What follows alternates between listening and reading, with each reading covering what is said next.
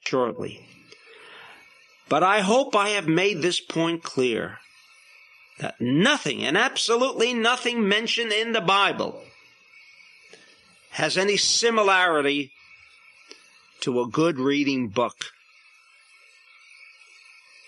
We are fundamentalists. We want to get to the fundamental reasons, the fundamental penetrations of this cosmic code.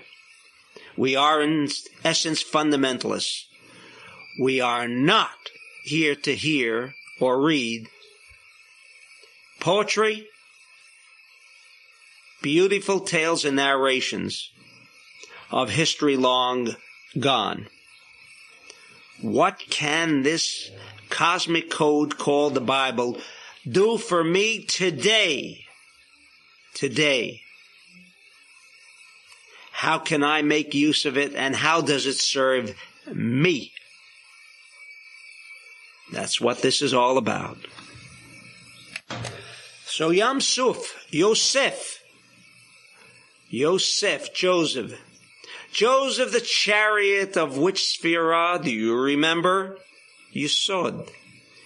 Is it coincidental that we term the Red Sea Suf? Of course not. There it is. There's your clue. Suf, Yosef, same derivation. Sof, end, completion. It was when the Israelites were going to connect with that metaphysical seed right there in the DNA. And we're going to tap that awesome power on the head. The seed, the sperm, that awesome energy intelligence of Yosef, Yesod. Do you know what happens when you dilute and transform energy? It's not as powerful as it is at its origin. The Israelites were going to make use of energy at its origin. That's what they did with the slaying of the firstborn. They knew that if universal freedom would ever come about, the Israelites were going to have to cancel, nullify the head, the poor, the firstborn of the Egyptians. Because that's where the awesome power of the desire to receive for oneself alone existed. If they cut the branches, they cut the trunk. Mind you, if they even destroyed the root of the tree, what about the seed? Were they going to leave over that awesome power of the seed, which was represented by the firstborn? Firstborn, Yom Echad. It's all tied in together. The Bible doesn't go on to different, unrelated, unconnected stories. That Bible is an expression of the all-embracing whole. It's quanta at its finest, at its most sophisticated level. It's all one. That is what the slaying of the firstborn meant. And that's why it was called Yam Suf, the expression of Yesod, of Hesed, where the all-embracing unified whole was Ehad. Like in Genesis 1, it was Hesed. It was not fragmented. You see, because in Genesis 1, day 2, we call it 2, not 1. Not unified, but 2. Because once the seed becomes expressed, it is now 2 distinct and separate entities. No longer the one unified whole in Hesed. This is what we're talking about. Can you imagine? that if all of mankind today could have access to that kind of thought, energy, intelligence, you're right there where cosmic intelligence is located, where time, space, and motion is non-existent, where yesterday, today, and tomorrow are part of one unified whole. Not separate, but one unified whole. That's what we're going to try to do on the 7th day of Passover and the 6th day of the Omer. Another one of those most incredible story of miracles is told about Joshua ben Nun, who, when pursuing the Canaanite kings at Beth Horon, implored the sun and the moon to stand still. And he said in the sight of Israel, where all can hear and all can see, sun, stand thou still upon Gibeon, and thou moon in the valley of Ajalon. And you know what happened? Joshua chapter 10, verse 12 and 13 states and declares, and the sun stood still, and the moon stayed, until the people had avenged themselves upon their enemies. Is this not written in the book of Jasher? So the sun stood still in the midst of heaven, and hasted not to go down about a whole day. This story is beyond the belief of even the most imaginative, or you can say the most observant person.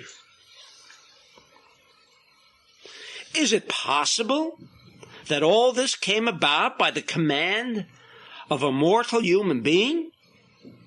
Joshua, speaking to the Lord, implored this startling cosmic event before the eyes of all Israel, and in fact, the entire universe, because the sun did not proceed, as we believed in those times, that the sun moved and the earth stood still, in its orbital path. They knew how to tell time, and everyone knew when that sun should suddenly appear. Can you imagine? Can you imagine?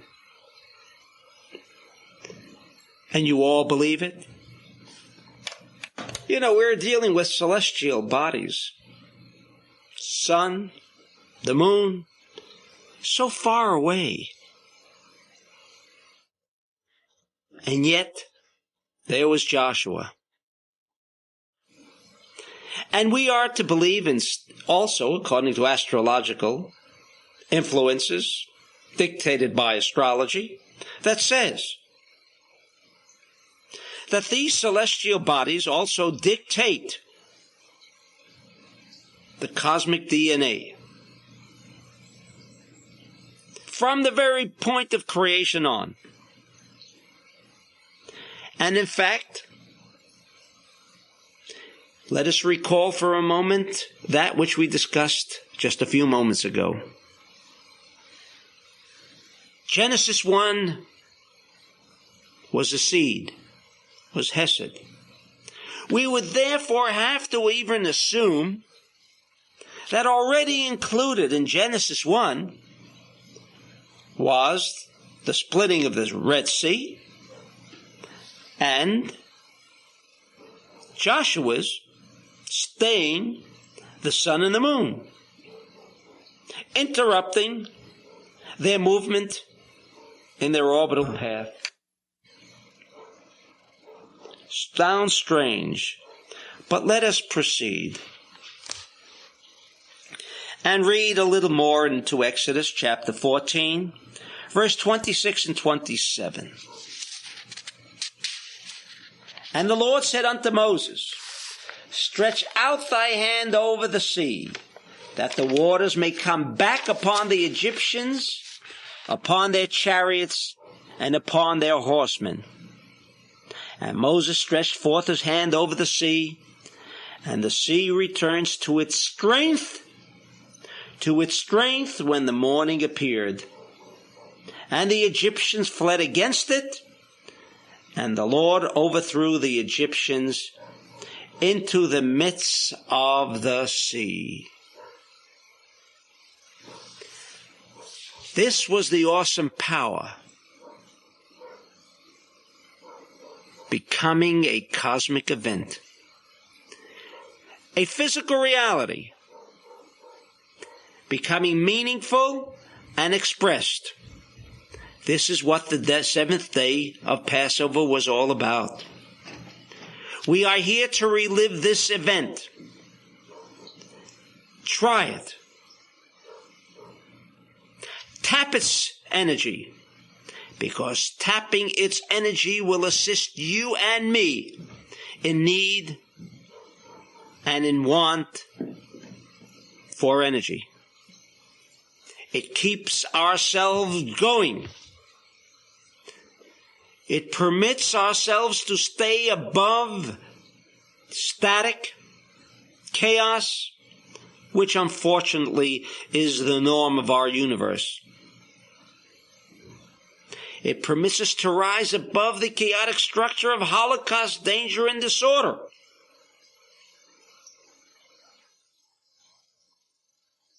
Can we, frail human beings, really succeed in this kind of undertaking? And the Bible says yes. That's what I'm here for. So with the proper connections, with the proper cosmic connection, you can tap those energies. You can establish metaphysical channels and that awesome power that can change nature, like Joshua and the sun, that created the narrative of the Red Sea. That energy, that power is yours. And therefore, the aspect of the 72 letters was not merely to relate for us what happened just prior to the splitting of the Red Sea. No. Because without the knowledge and power of the 72 cosmic energy forces, the cosmic event of the splitting of the Red Sea could never really come about. And when did it take place? At exactly midnight. Another aspect that we're going to have to discuss, because it could have taken place during the day or at night. Was it important? Was timing important here? Well, I hope by now you've understood the importance of a cosmic timetable. We're going to take Kabbalah out of the theoretical realm and permit the listeners of these tapes to make practical use of its knowledge. At exactly 12 o'clock midnight, when that cosmic celestial event became manifest, we are going to make and take this effort to connect with the Yesod of Hesed, the sperm, the seed, the very beginning. Then all that ensues and follows must behave according to the program within the seed. Because everything that follows is really a reflection and an expression of the original seed. The Bible assists us in connecting with the Mars-Aries Abib conjunction, in regaining control over the Dark Lord and his host of negative forces, the Darth Vaders of our universe. And at least for me personally, I want to create a security shield that when I'm faced with circumstances that appear to be beyond my control, in this very week, on this particular day, Yesod Sheba Hesed, when the seed becomes complete, that seventh day of Passover, if I can only tap that seed of energy, all of those benefits that we have discovered during this awesome period of Passover will be mine. 12 a.m. That is when we're going to begin our meditation to connect with that cosmic phenomenal event. It can destroy negative cosmic activity represented and symbolized by the Egyptian, and at the very same time assist us in our freedom from bondage, in our freedom from being slaves throughout the entire year to those cosmic negative energy intelligences that cause chaos and cause accidents along the highway, cause a disruption in my personal life.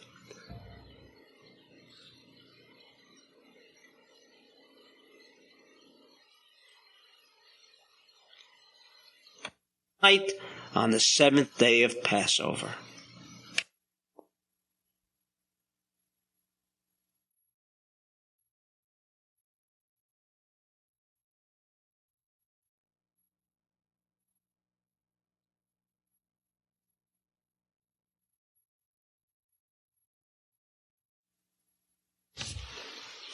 And at last, we're ready for our connection. See.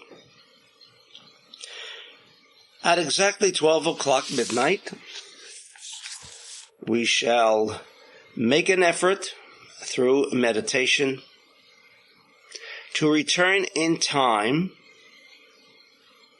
which from a Kabbalistic point of view is not difficult, inasmuch as our minds, that is the power intelligence of our minds, find no difficulty in traveling at speeds far greater than the speed of light.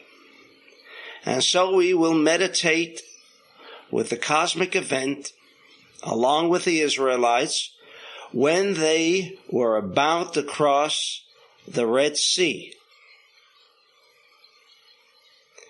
And that is our first step in meditation. For those of you who might find it somewhat difficult in connecting with the exact scene at that particular moment, at the Exodus from Egypt, let me assure you that we can all draw a mental picture in viewing some 1 million humankind who have just made their exit from slavery and are about to cross a sea. That, incidentally, should not be very difficult. And for those of you who might say, well, I can imagine, or certainly I can appear to be in an illusionary state of mind and can picture that kind of crossing of a sea or the encampment of the Israelites just prior to the crossing of the Red Sea, let me assure you that what you will imagine at that point in time will probably be your first confrontation with reality if you have never before experienced traveling back in time.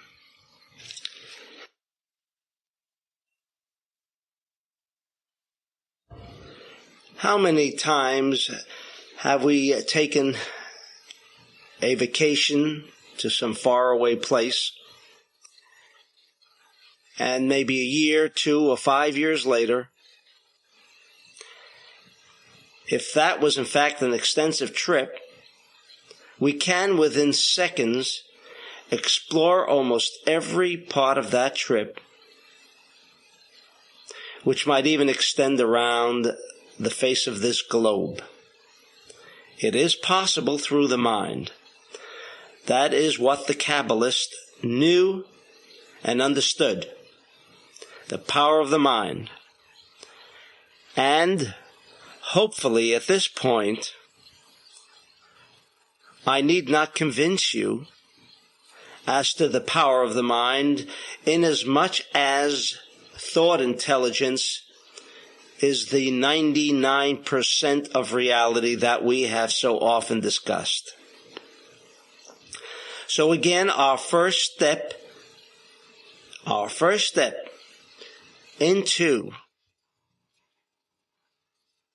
Back to the Future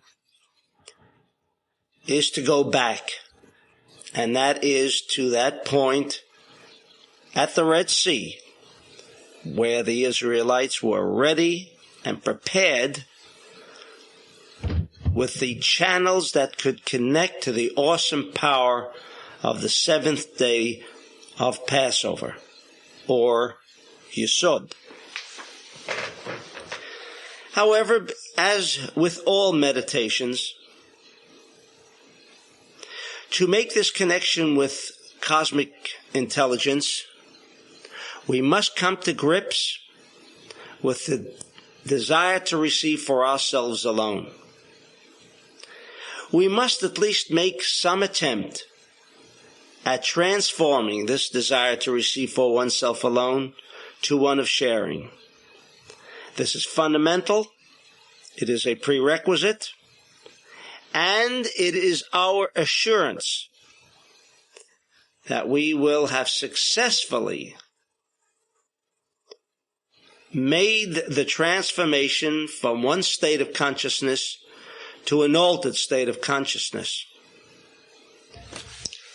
By virtue of an altered state of consciousness, we then will connect with the outer space connection that I have already more fully explained in Kabbalah connection, and we shall connect with that outer space connection to permit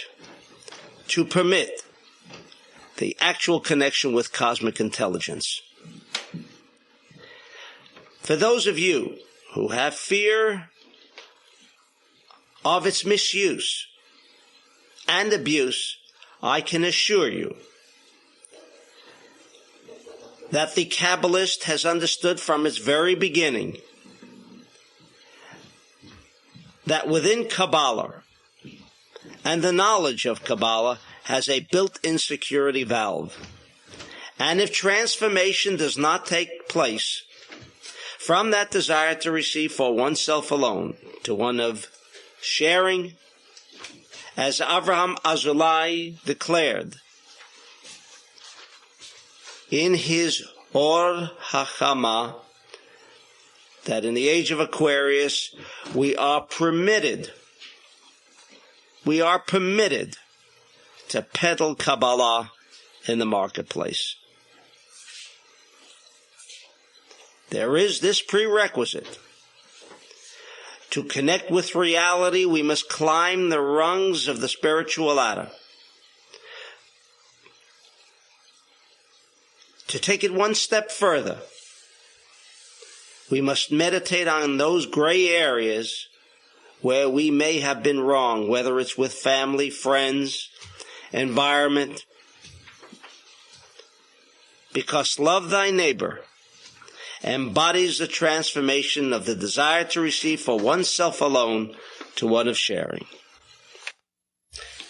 After achieving an altered state of consciousness by virtue of our meditation, we are now prepared to take this daring step into tapping that awesome energy which created that phenomenal cosmic event, the splitting of the Red Sea.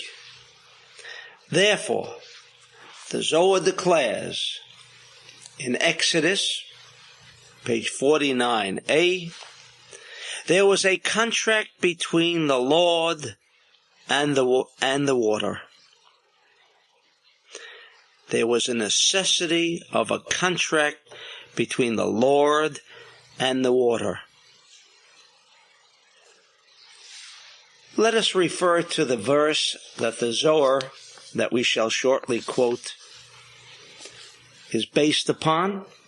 In Exodus chapter 14 of the Cosmic Code, the Bible, verse 27.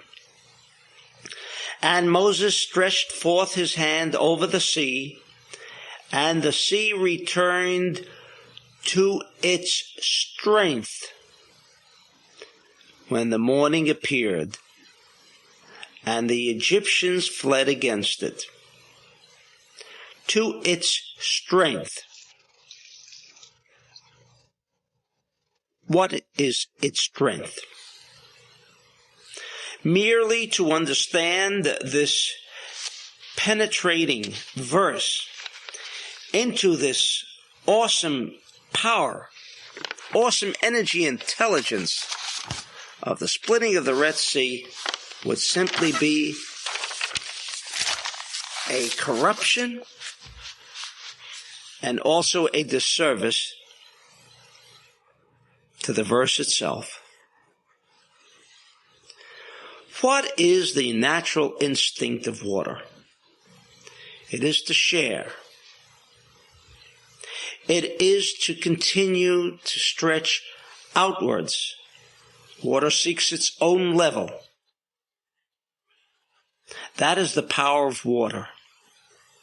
It is refreshing for the simple reason that it contains an energy intelligence of the thought of sharing.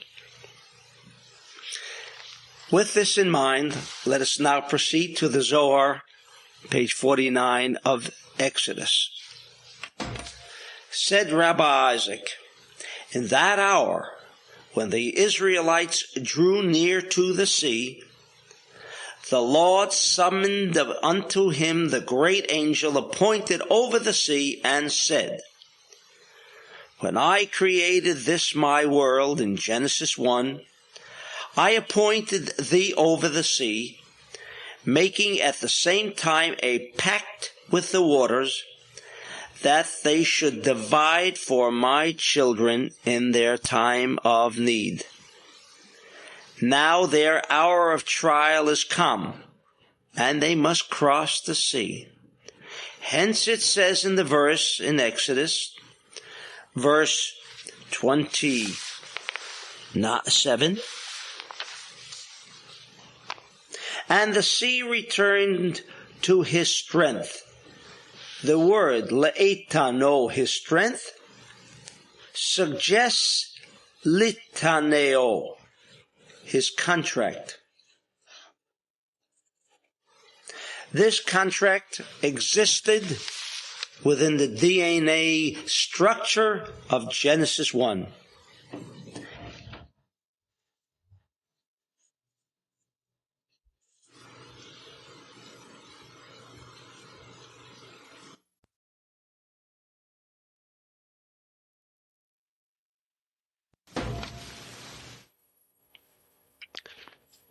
Furthermore, continues the Zohar, and when the Israelites reached the shore and there beheld the waves of the sea heaving and tossing, and lifting up their eyes beheld so close behind them Pharaoh and all his hosts, they were grievously affrighted.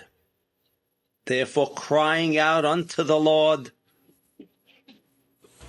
Also the sea saw and fled, states the psalmist in chapter 114:3. What saw it, and why did it flee? To which the Zohar responds, it saw the coffin of Joseph, the man who fled and went outside. The verse is referring to Genesis chapter 39, verse 12. That she caught him by the garment, saying, lie with me. And he left his garment in her hand and fled and got him out. Fled meaning fearing that his evil inclination might prevail. And he removed himself from that instinct of the desire to receive for oneself alone. And at that very moment, Joseph, the son of Jacob, became the chariot, became the connecting link with that all-important sphera, bottled up energy of Yesod. From that very moment on, this is included within the cosmic code of Vayanas. He fled, like the sea fled. And the Zohar asks and raises the question, what are the connections between the two?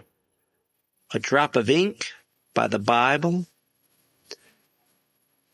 to again relate another narration concerning Joseph's resistance to temptation, as chapter 39 in Genesis is referred to. No, my friends,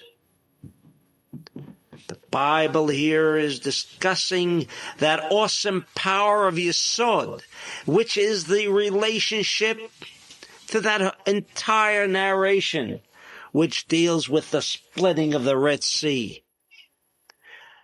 When the Zohar says the sea saw the coffin of Joseph, and many commentators are in effect providing that kind of notation. When in Exodus chapter 14, the verse refers to it fled. It fled. The sea fled. No, what we're experiencing here is again the manifestation of that awesome power of Yesod, again making its appearance and entrance into the cosmos and providing that phenomenal event referred to as the splitting of the Red Sea. And continues the Zohar, we likewise read that the Egyptians said, let us flee. Why said they so? Because they suddenly perceived the land of Egypt as it were on fire. That awesome power of the Sphira Yesod was changing everything. And they too fled. They couldn't handle the infusion of that kind of power within the cosmos. They were ill-prepared to deal with that kind of power.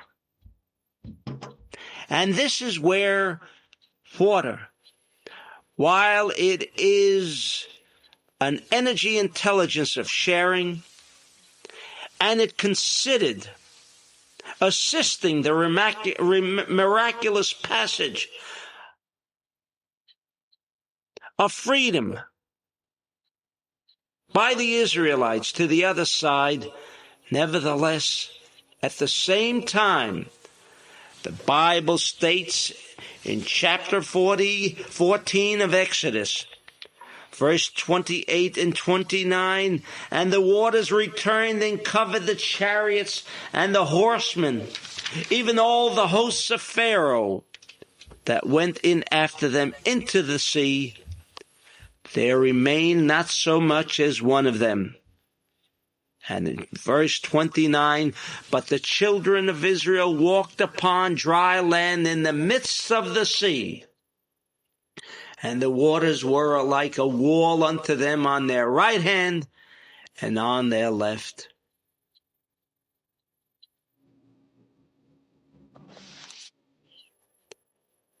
This prompted that original contract in the Genesis 1 DNA of creation. Here we suddenly experienced a duality of activity by the thought intelligence of water. Freedom, destruction. It was simply against the intrinsic characteristic of water. But wait a moment. Are you questioning me as to the thought intelligence of water? That maybe for most of you until this very moment that you hear these tapes are under that illusionary impression that water is inanimate. There's no life soul in water. What am I trying to hand you here? No, within water, 99% of its embodiment contains the intrinsic characteristic of the thought of sharing, thought, intelligence. In fact, just a little while ago, I read a little story concerning a certain woodpecker deep in Georgia's Okefenokee swamp. And you know what it tells us, and this was an article I read, that these woodpeckers, who literally habitats itself within trees, knows how to handle snakes that slithers up a decaying pine tree, attempting to snare its prey, the woodpecker. And suddenly it encounters an unexpected ooze of thick resin barring its path. The toxic substance causes the snake to let go and plummet 40 feet to the ground. Its prey, the endangered woodpecker, watches unharmed. Its unique defense against a deadly predator has succeeded again. Do you know that woodpecker is smart enough to know how to deal with a snake? Where did it get this kind of intelligence? Intelligence is all around us, even a woodpecker. The only difference between the woodpecker and ourselves, my friends, is the woodpecker lives within a certain frame of reference. The only intelligence it receives is to the extent that it can make use of. It cannot control others. It cannot control the destiny of others, nor can it control the cosmos. But it was given a given birthright of that woodpecker was how it can survive. That thought intelligence was provided to a woodpecker. And you know what? That kind of thought intelligence is also provided within water. It knows what it has to do. And this was the dilemma that the water faced up to. It was prepared to assist the Israelites in their free passage to freedom. And I say free passage because they haven't done much at that point to have earned freedom of bondage. And here, water was called upon. That thought intelligence of water was called upon to destroy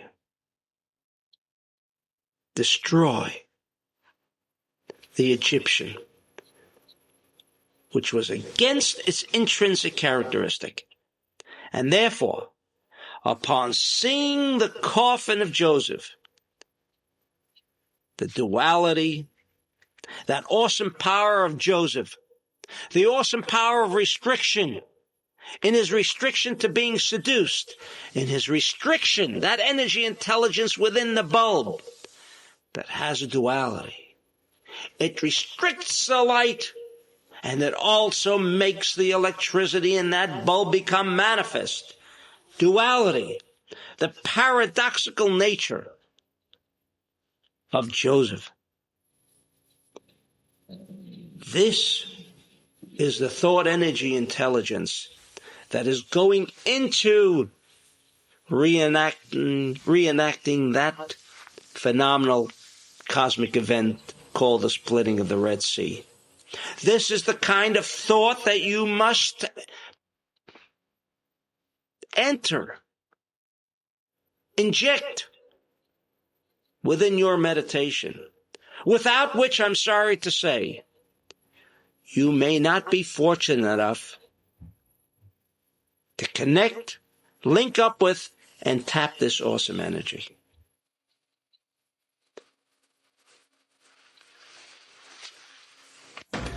Therefore, a contract within the DNA of Genesis 1 was required. It was against water's nature, its intelligence, to be negative. In this particular case, it had no choice when it was confronted with that energy intelligence of Joseph. And this, in fact, states the Zohar, was a situation in which Joshua, in his staying of the sun and the moon, was also contracted within the physical and metaphysical DNA of Genesis 1. On that fourth day of creation, a contract was necessary. If they represented and had an affinity with the all-embracing, unified whole, the force, how could they, the moon and the sun, rain destruction and chaos at the same time?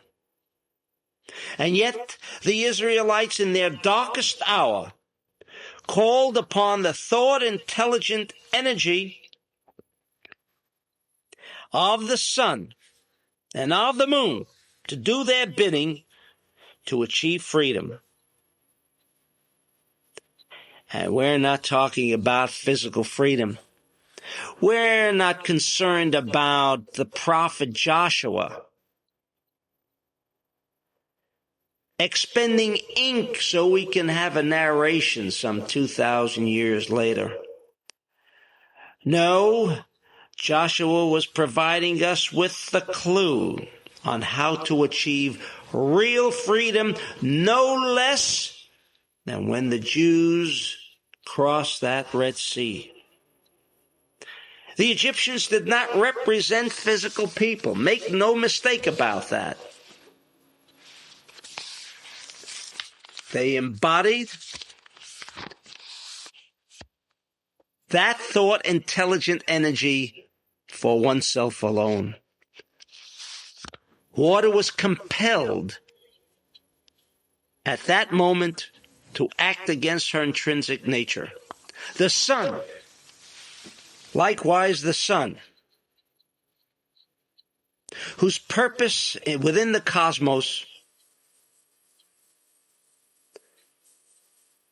was to share life. It was our life-giving force. Can you imagine if the sun permanently stopped? There would be no water, and everything else would turn to ash.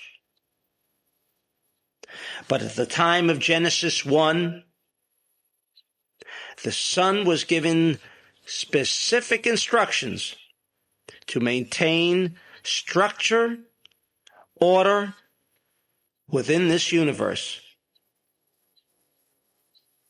And they had done a perfect job until that moment when they were suddenly told to become transformed, move out of its orbital movement, change, and act as a function of negative thought, energy, intelligence, something they were not created for. This was again an act opposed to its intrinsic characteristic of sharing. But there was Joshua with his instructions. Son, you stop at that moment.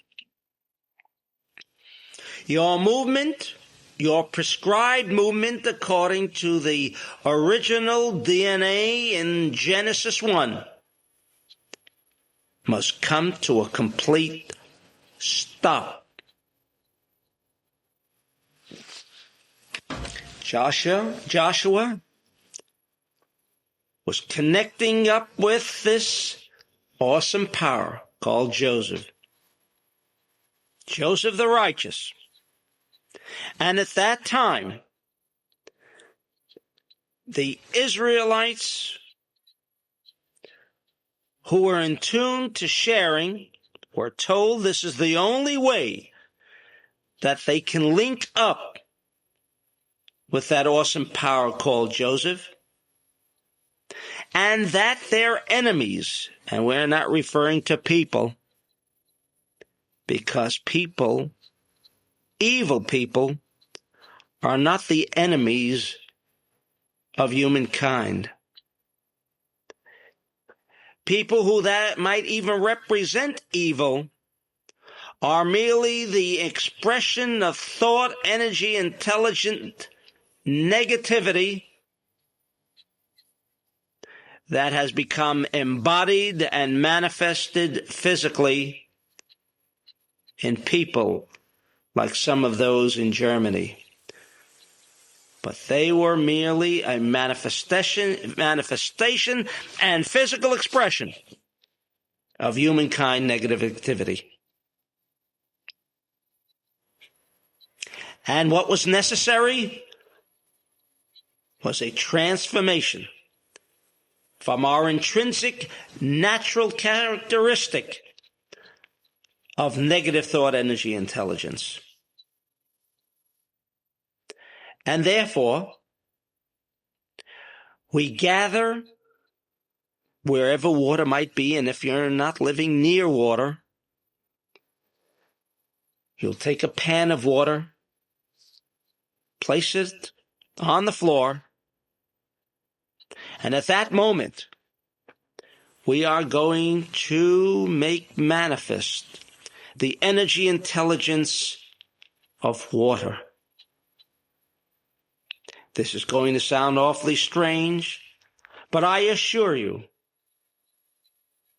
that because the Zohar and other commentators inform us that all waters participated in this event at seed level than water that has ever appeared and that will ever appear were also included.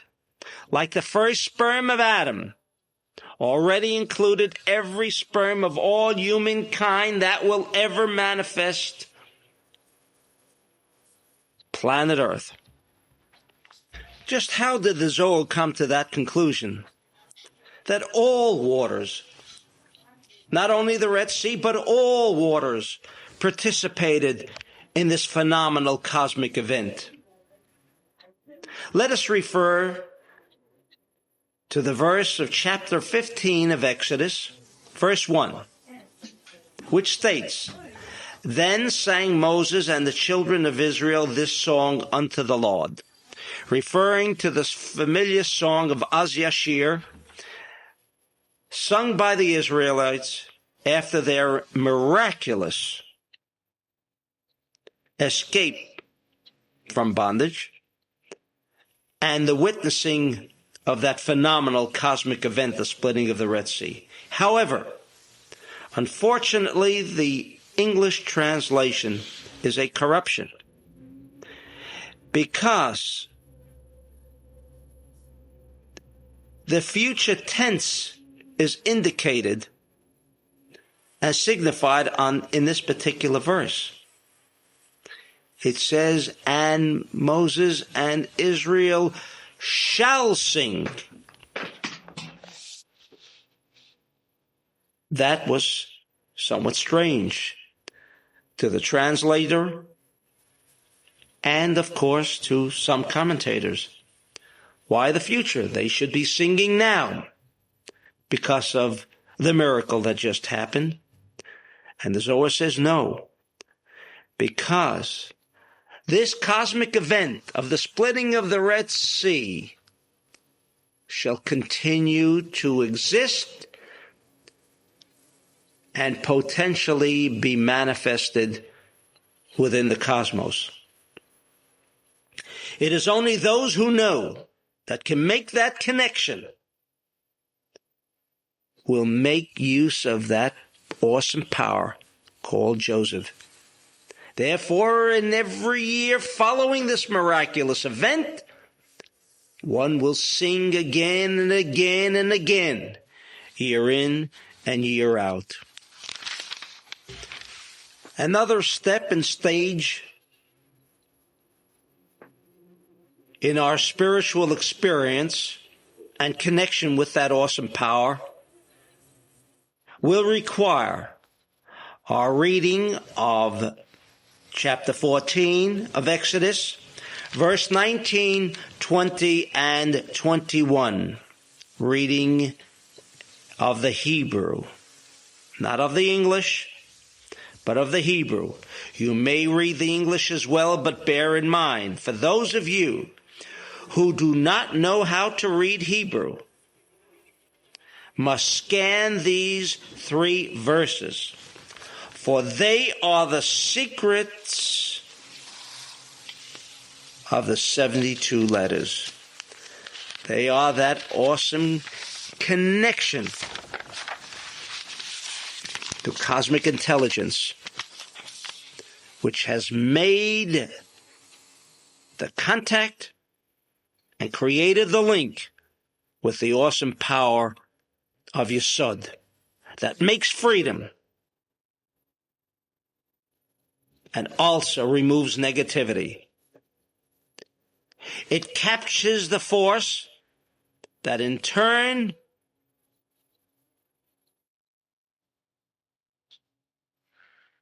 makes it certain for us in the ensuing and coming year that all negative robotic consciousness will be turned into being subservient to man, and that when we have captured and tapped the all-embracing energy of the force, we will then be on our way down the road to a pleasant, controllable 12-month period. Thus, the story of the splitting of the Red Sea and the command by Joshua is begun even though the belief that man has the power the control of the cosmos is essential and necessary, because unless we can accept the fact that celestial energy intelligences, which include also celestial internal cosmic forces, can be and are directed by man in his altered state of consciousness. If this sort of revolutionary thinking is acceptable, then we can begin to investigate and understand how the earth was formed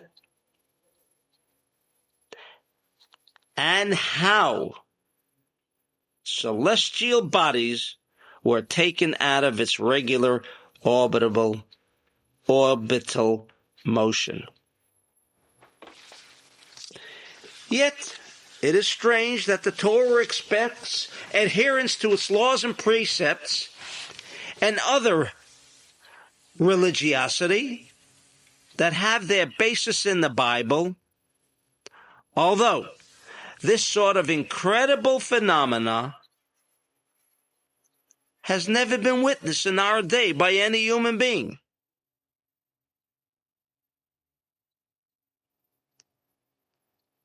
But what has been suggested by the biblical code is one's open-mindedness to accept the possibility, and I say the possibility, that the cosmic timetable and its channels for connection, the cosmic intelligence, may very well assist us in overcoming adversities, trials, and tribulations that all of us need no convincing as to their existence. This concept can, and in fact must, lead us to question as to how, where, and when did cosmic domination occur, that may lead us to believe that the miracles stated in the Bible, as expressed by Moses, and the splitting of the Red Sea, and Joshua's commanding the sun to come to an abrupt halt, is nothing more than a fascinating fable concocted in the passing of time.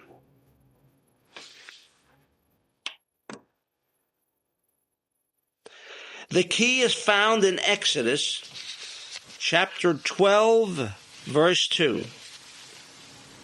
And I quote, "This month shall be unto you the beginning of months. It shall be the first month of the year to you." Unquote. This is the first time that the Bible mentions Aries as the first month of the zodiac cosmic timetable.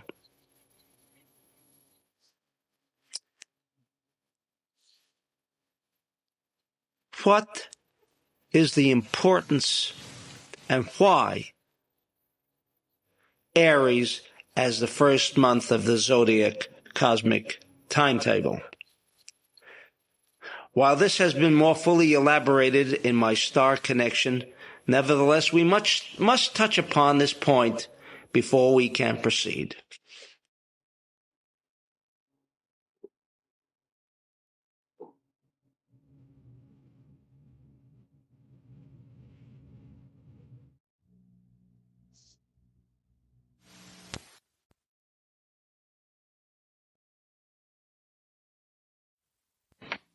Within this mysterious verse,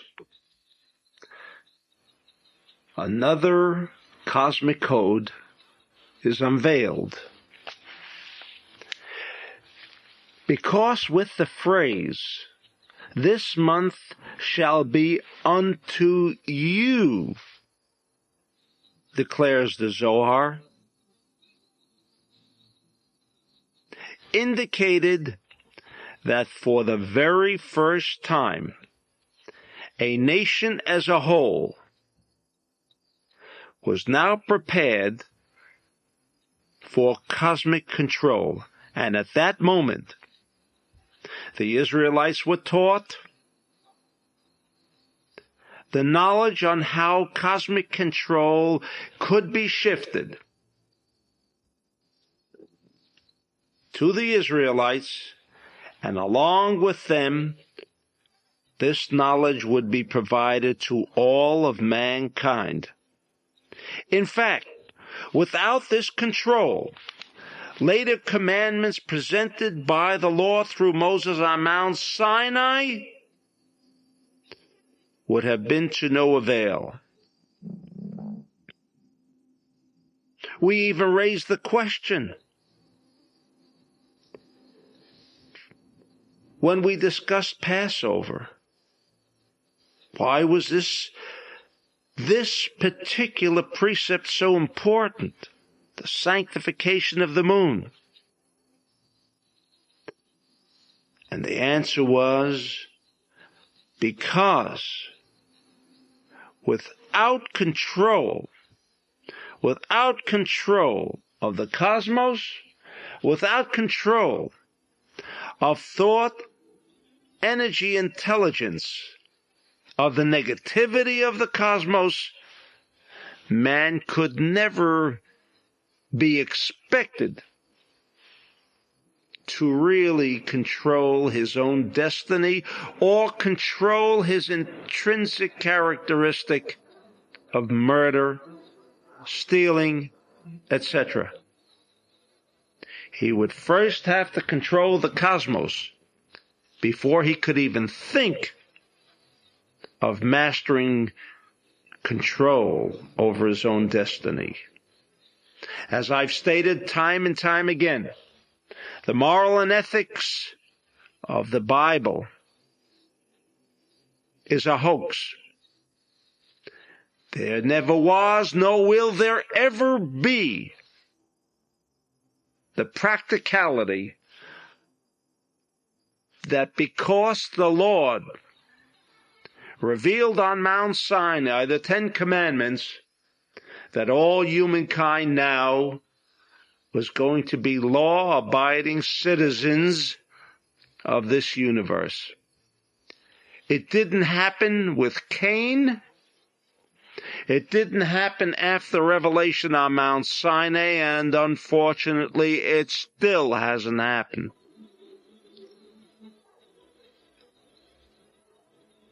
Addressing itself to a species that has always murdered.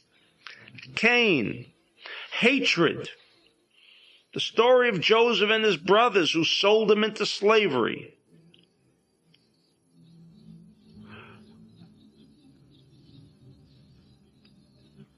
We're going to, with this revelation of Mount Sinai, change the intrinsic characteristic of humankind?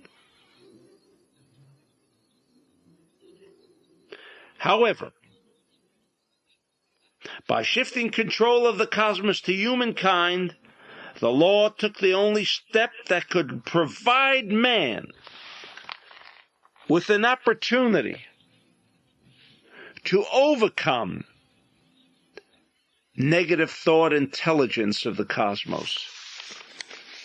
It was an integral part of the universe because of the aspect of bread of shame, and it was necessary for man's spiritual climb up the rungs of the ladder that brings one to spirituality. However, with the control of negative energy intelligent forces prevailing on planet Earth, man now had at least the chance to transform the desire to receive for oneself alone to one of imparting.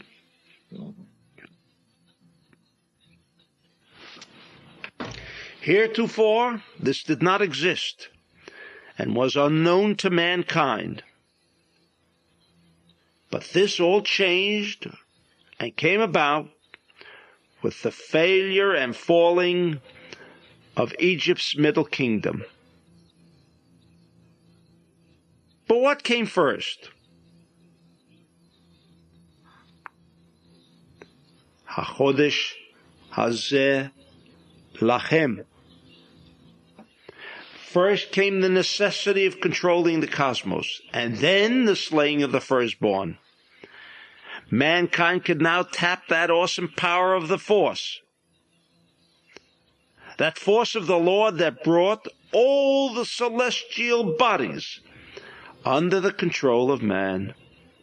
Joshua, knowing all this, then literally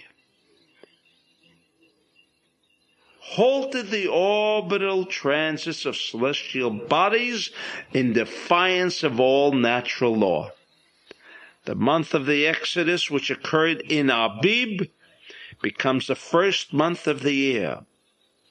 Consequently, a strange celestial event was created that dictated, from that moment on of the Exodus, new cosmic dimensions and forces came into being. When the final curtain of Egypt's middle kingdom came to an end, when the great Exodus took place, a new age of cosmology was ushered in. This was the significance of Kiddush HaHodesh, the sanctification of the new moon. Therefore, the splitting of the Red Sea is not merely an occasion or a cosmic event that we celebrate or that we are to remember, but rather in our day we can control our own destiny. This was absolutely and utterly impossible before the splitting of the Red Sea. But this all changed, with the high point beginning with the Seder and culminating with the splitting of the Red Sea. So therefore, Kiddush HaHodesh, the sanctification of the new moon, was so important. And therefore it was not incorporated within the text of the laws promulgated on Mount Sinai, because without Kiddush HaHodesh, that which was ordained in the first commandment, Ani Hashem, I am the Lord, and along with all of its highly moral and ethical commandments, it would have been of no avail, because Kiddush HaHodesh dealt with the tapping of positive energy, intelligent thought, to offset the power of Egypt's middle kingdom, which was the epitome and embodiment of the desire to receive for oneself alone. And therefore they made use of the lamb, Aries. Even the slaying of the firstborn was predicated on the precept of Kiddush HaHodesh coming into existence. In modern parlance, we may even say that the lamb was the software for cosmic negative energy, intelligent thought, and that this negativity could ultimately be erased. And let us remember, the Exodus was not for the Israelite alone. All nations were enslaved at that time. And all nations achieved freedom of bondage, but not merely physical freedom of bondage, but all nations had received the opportunity to tap that awesome cosmic power that in turn resulted in the freedom the ultimate freedom of the desire to receive for oneself alone, which is the basis and essential cause for chaos, misery, and lack of fulfillment. And therefore it is now easy to understand why Aries was considered the first month.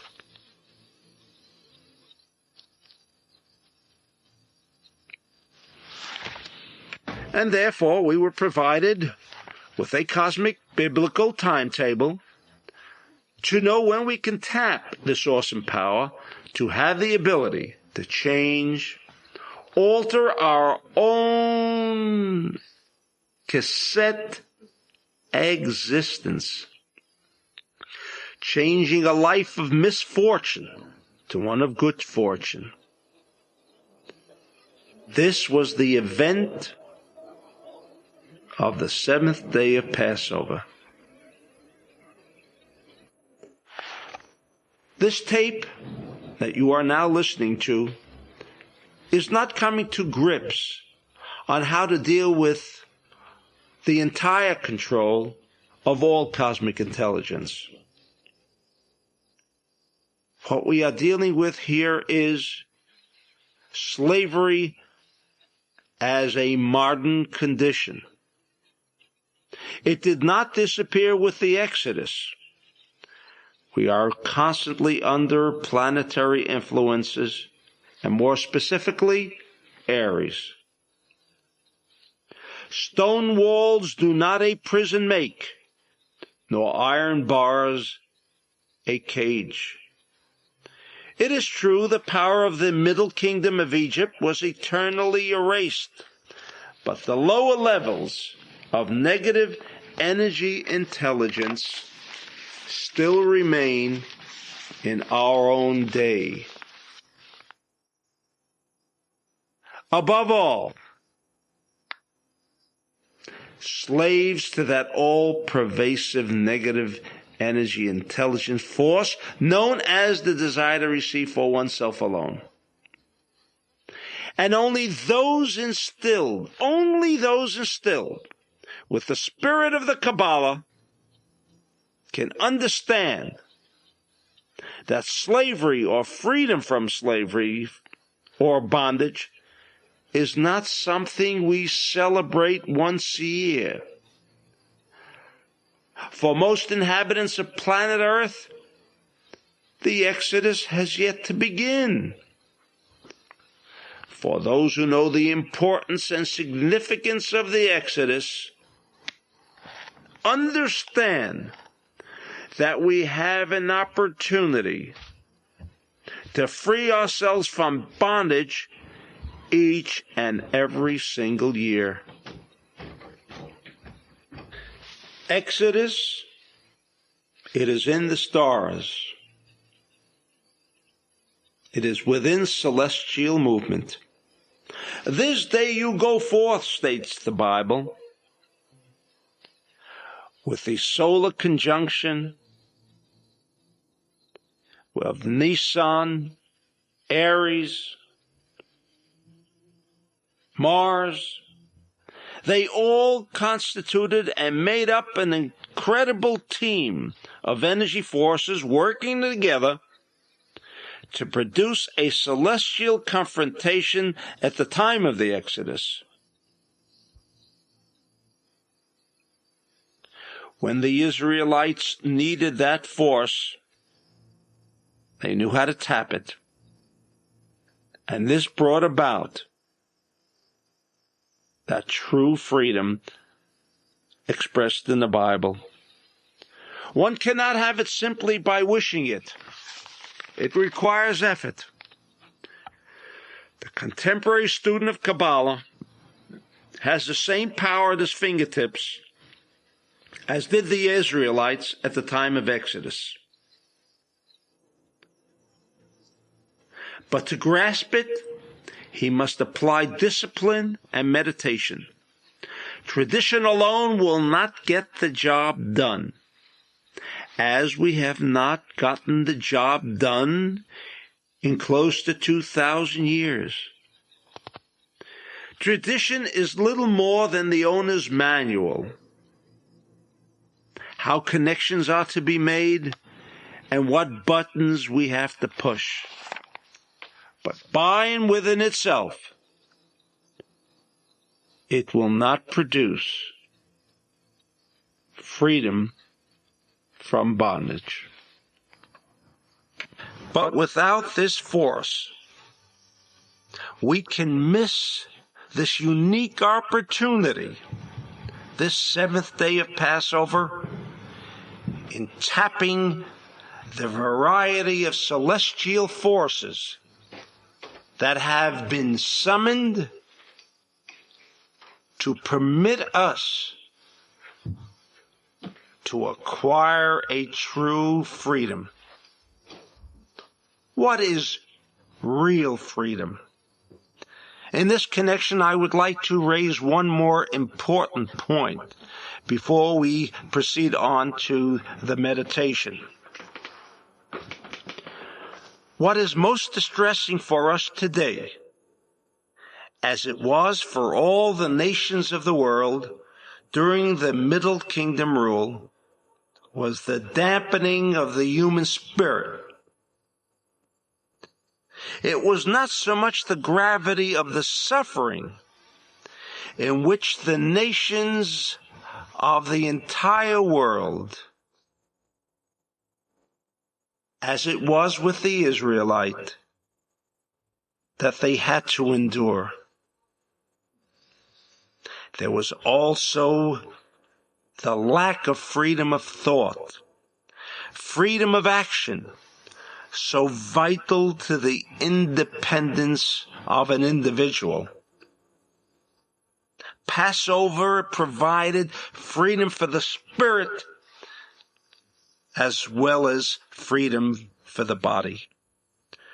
Today as never before, we are overrun, overwhelmed, and ruled by an awesome conglomerate of unprecedented, interconnected, interrelated effects. And I say effects because everything that appears at the level of physical reality is really something that has stemmed from a metaphysical action or thought. But nevertheless, the world as we know it today, the thinking that prevails today, deals with effects. And so even on the level of the physical reality of effects, anything that can happen in China directly affects American perception and living patterns. Political conflicts in the Middle East seriously influences the economy of the nations of the entire world. South Africa, with its news, reverberates throughout the streets and walls of Wall Street. Nuclear hazard is no longer contained within the boundaries of that nation where the hazard occurred. This growing interrelationship has frustrated the attempts of powers to assist even poorer nations to develop effective industry or even modernize their economy. What a position and situation we find ourselves in. And therefore, it is the great exodus that is ready for another encore. The force that once played such a vital role in shaping the life and destiny of humankind is still very much alive and functional. Again, I must stress that let us do away with that misconception that Passover or the holidays mentioned in the Bible is merely tradition, remembrance. I can't stress that often enough, and I know you're hearing it over and over and over again, but I know human nature. I see it all around me. We are affected, but unfortunately, the effects wear off rather quickly and sometimes even suddenly. All that is necessary is to make use of its knowledge, tap its energy. This is what we're hoping. The revival of the study of Kabbalah can bring humankind to a realization that there is a study available for all mankind to change the face of this earth, physically and metaphysically. And therefore, I repeat, our meditation will consist of concentrating on the first verse of chapter 14 in Exodus, verse 19, which will resemble first and foremost right column energy. We will be meditating on an aspect of sharing. When we come to verse 20, we will meditate and make our connection with and activate left column negative energy. And verse 21 will be dealing with the aspect of restriction, central column. We then will continue to read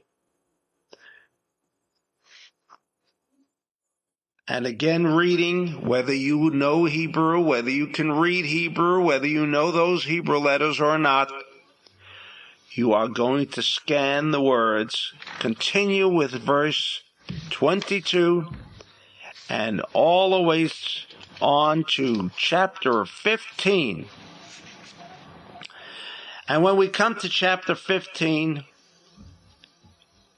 we are dealing with the Az Yashir.